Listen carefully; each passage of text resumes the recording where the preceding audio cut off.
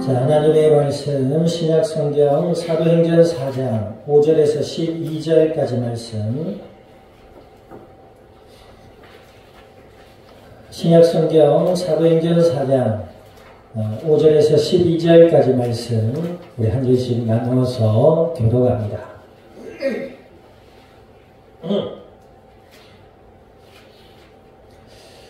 교독합니다. 이튿날 관리들과 장로들과 서기관들이 예루살렘에 모였는데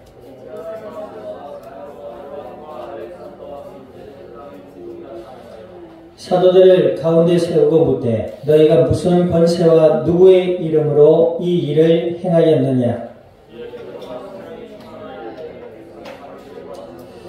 만일 병자에게 행한 착한 일에 대하여 이 사람이 어떻게 구원을 받았느냐고 오늘 우리에게 질문한다며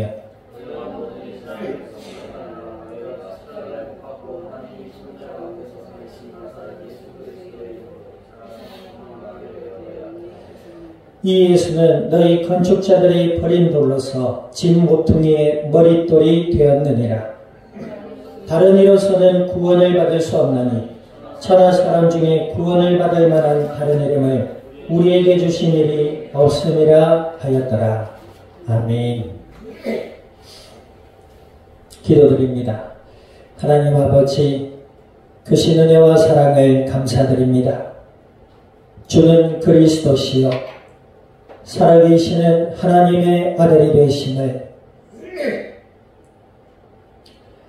믿음으로 고백해 하시고 성령으로 저희들 가운데 함께 하시며 오후 예배로 주의 말씀 앞에 서게 하여 주신 아버지 하나님, 진리의 말씀을 통하여 아버지의 음성을 듣게 하시고 믿음이 자라나게 하시며 생각과 삶이 은혜 가운데 변화를 받아 날마다 그리스도 예수 안에서 하나님과 함께하는 임마누엘의 은혜의 삶을 누리며 나누며 이 복음의 비밀을 이 땅 위에 증언해 나갈 수 있는 그리스도의 증인들이 되게 하여 주시옵소서. 감사와 영광을 주님 앞에 돌려드리며 우리 주 예수님의 이름으로 기도드립니다. 아멘.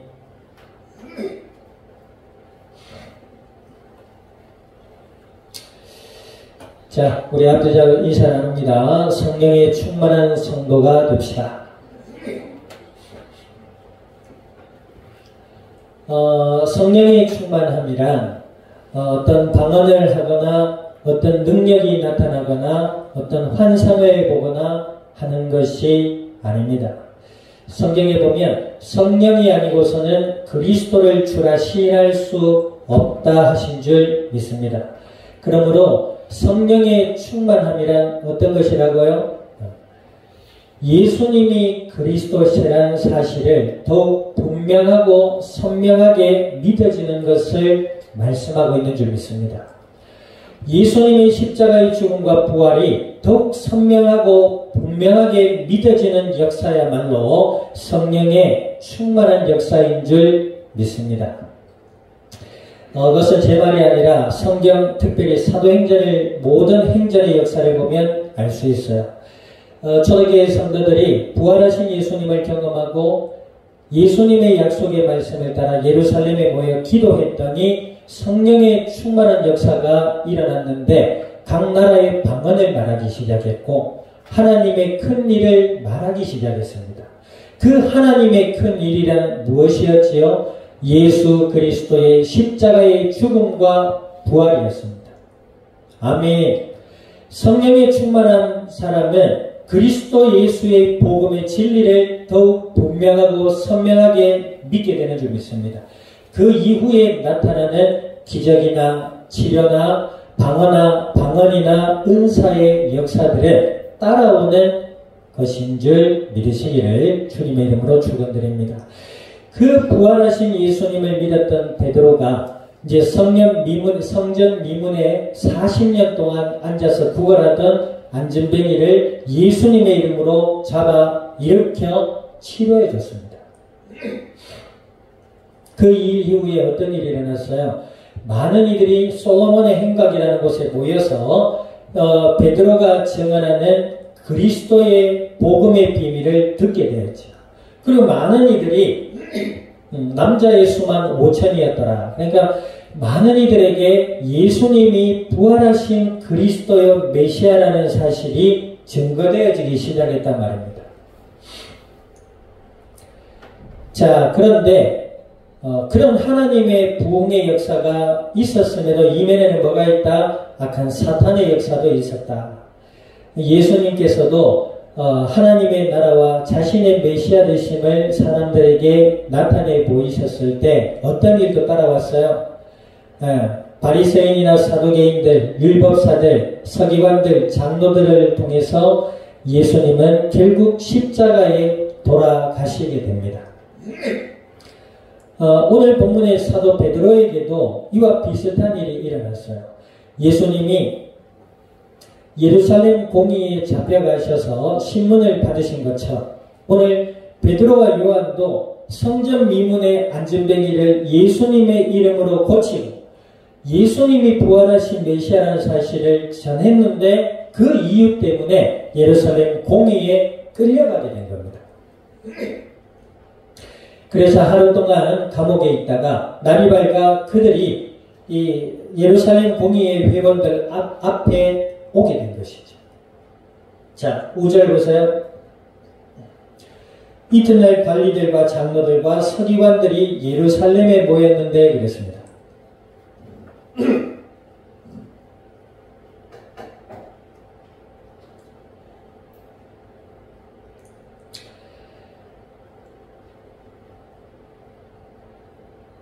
자, 이들은 누구라고요? 예루살렘 공의회 회원들이었습니다. 뿐만 아니라 6절 한번 읽어봅니다. 6절 시작. 대제사장 안나스와 가야바와 요한과 알렉산더와 및 대제사장의 문중이 다 참여했다. 예수님을 십자가에 못 박자고 공모한 사람들이 이 자리에 다시 다 모였어요. 뭐 때문에? 예수 그리스도의 부활을 전한 베드로와 요한 때문에. 자, 그러면서 뭐라고 하죠? 7절에 읽어봅니다. 사도들을 가운데 세우고 묻되 너희가 무슨 권세와 누구의 이름으로 이 일을 행하였느냐 질문했습니다. 자, 그런데 이 자리에서 이 자리가 어떤 자리냐면 목숨을 잃을 수도 있는 굉장히 위급하고 중대한 자리예요. 자, 그런데 이제 성령에 충만한 베드로의 모습을 봅니다. 자, 8절 보세요. 이에 베드로가 성령에 충만하여 이르되 백성의 관리들과 장로들아 그럽니다. 예수님이 십자가에 달려 돌아가실 때 어떤 여자아이 하나가 베드로를 향하여 너도 저 예수님을 따르던 사람이 아니냐라고 얘기하니까 베드로가 그때는 어떻게 해요? 큰 두려움에 사로잡혀서 예수님을 3번이나 부인하죠. 저주하며 부인까지 합니다. 자, 그랬던 베드로가 성령에 충만하여지니까 확신이 차고 담대해졌어요. 그러면서 뭐라 그럽니까? 백성의 관리들과 장로들아 그럽니다. 그러면서 자, 9절 한번 보세요. 만일 병자에게 행한 착한 일에 대하여 이 사람이 어떻게 구원을 받았느냐고 오늘 우리에게 질문한다며. 그치요? 자, 10절 보세요. 10절 읽어봅니다. 시작. 너희와 모든 이스라엘 백성들은 알라. 너희가 십자가에 못 박고 하나님이 죽은 자 가운데서 살리신 나사렛 예수 그리스도의 이름으로 이 사람이 건강하게 되어 너희 앞에 섰느니라. 성령에 충만해지니까 베드로가 어떻게 합니까? 확신에 찬 담대함으로 오히려 이스라엘 공회 앞에 백성들의 관리들과 장로들 앞에서 예수 그리스도의 이름으로 이가 일어났다. 아멘. 성령의 충만함은 예수 그리스도의 부활에 확신에 차는 것인 줄 믿습니다. 아멘. 믿음이 더 분명하고 선명하게 된다는 것이에요.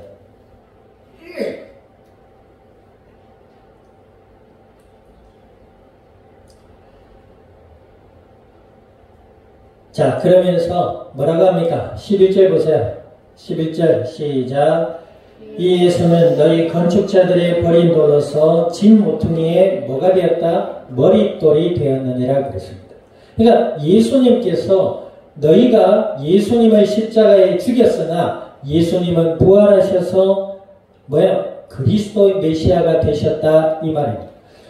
머릿돌이라는 말은 건물이나 집을 지을 때 기초 기둥을 먼저 세우죠.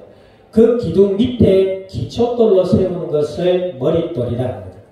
그리고 건물에 보면은 시공 날짜나 이런 것들을 써놓죠. 거기에 예수님께서 주는 그리스도시요 살아계신 하나님의 아들이십니다라고 고백했던 베드로에게 뭐라고 하세요? 너는 베드로라 이 반석 위에 내 교회를 세우겠다 말씀하셨어요. 믿지 않는 자들에게는 버린 돌이 되지만 믿는 자들에게는 반석이신 우리의 인생의 기초돌 되시는 예수 그리스도이신 줄 믿습니다. 이 성령에 충만한 베드로가 이제 예수님을 담대히 전했다는 것이죠.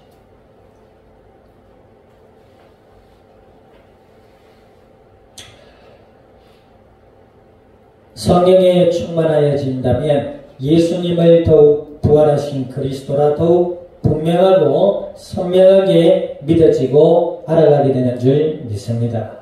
그럴 때 오전에도 얘기했지만 신앙의 성숙도 경험하게 되는 것이고 이 복음을 전하기 위해서 희생도 하고 헌신도 하게 되는 것인 줄 믿습니다. 아멘.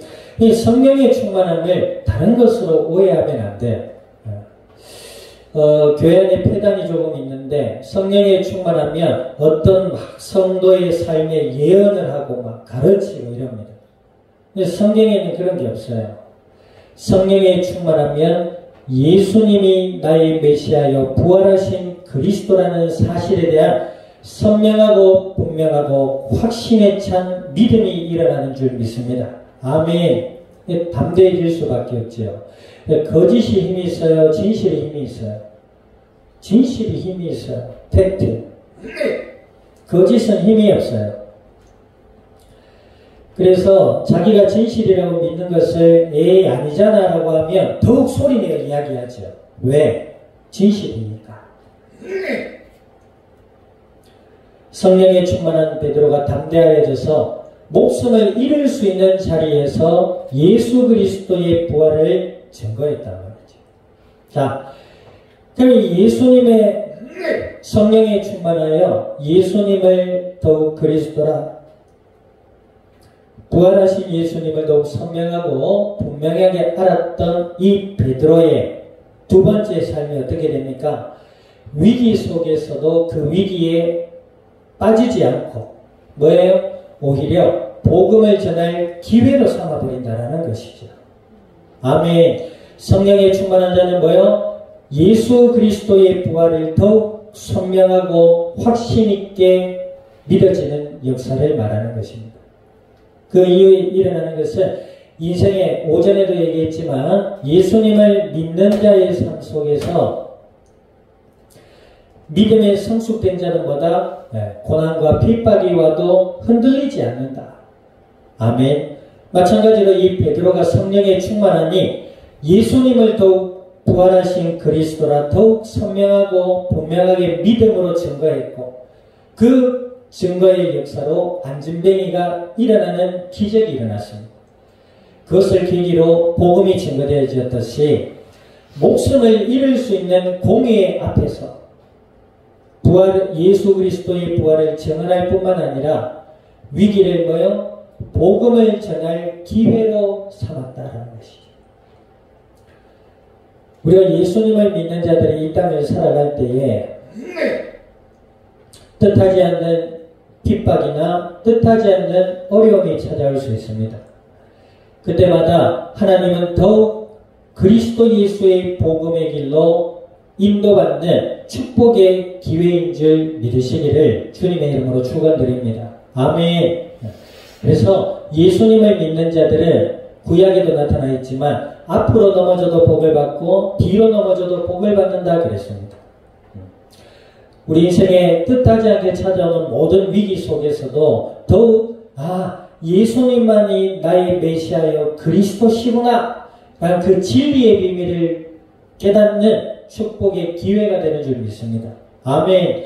그 기회를 복음을 전할 기회로 삼았던 성령의 충만한 베드로와 같이 우리 한 주간의 모든 삶 속에 즐거운 일만 있을 수는 없지요. 뜻하지 않는 어려움이 우리 인생이 찾아올 때에도 그것이 오히려 우리로 하여금 더욱 기도하고 우리로 하여금 더욱 하나님의 말씀을 듣는 그러므로 믿음이 자라나는 축복의 기회가 되는 줄 믿습니다. 그 기회를 경험하는 자는 예수님을 전할 수 있습니다.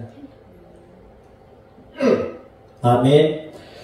그 위기를 경험하고 하나님의 은혜 가운데 그 위기를 이긴 자는 복음을 전하는 축복의 기회가 그들에게 늘 찾아오게 되는 줄 믿습니다. 성령에 충만한 성도의 삶은 뭐다? 부활하신 예수님을 더욱 분명하고 선명하게 믿어져가는 사람이다. 그러한 자의 모든 인생의 삶 속에는 복음을 알고 복음을 전할 축복의 기회가 그 삶 속에 늘 임하게 되는 줄 믿으시기를 주님의 이름으로 축원드립니다. 아멘. 성령에 충만하여진 자, 예수님을 더욱 선명히 믿음으로 알아가는 자, 하나님을 사랑하고 영혼을 사랑하는 자, 할렐루야. 어떤 위기 속에서도 염려나 근심이나 슬픔에 빠질 수가 없어요. 더욱 기도하게 되는 줄 믿습니다. 그 기도 속에서 복음에 더욱 선명하고 분명한 그 비밀을 알고 이 땅 가운데 복음을 증거해 나갈 수 있는 이를 위해서 기쁨과 지혜로 담대함으로 헌신도 하고 때로는 희생도 하며 하나님의 나라 위에 영광 돌려나가는 그리스도의 축복의 증인들이 될 수 있기를 우리 주님의 이름으로 축원드립니다. 기도드립니다.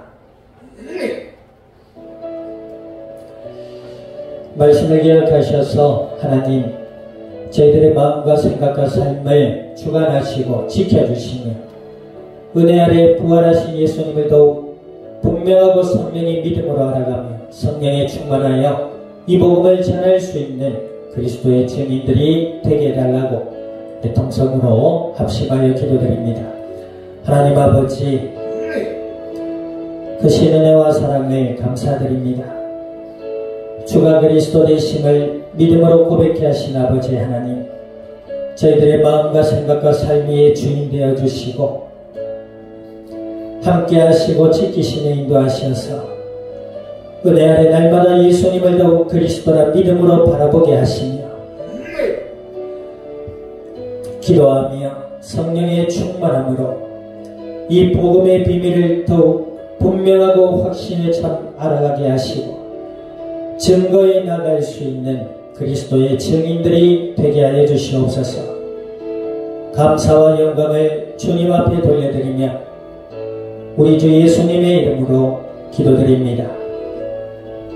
아멘. 지금은 교회의 머리 되시는 예수 그리스도의 은혜와 하나님 아버지의 크신 사랑과 성령님의 내주 인도 역사하시니 성령의 충만함으로 그리스도의 부활을 확신하며 모든 위기와 축복을 기회로 삼아 복음의 증인으로 복음을 증거해 나갈 이 자리에 속한 모든 믿음의 증인들 머리 위에와 교회와 함께하는 모든 이들 위에 주타 중에 있는 권속과 한 주간의 모든 삶의 현장과 이 양산 이 나라 온 땅 위에 지금으로부터 영원토록 항상 함께 계실지어다. 아멘.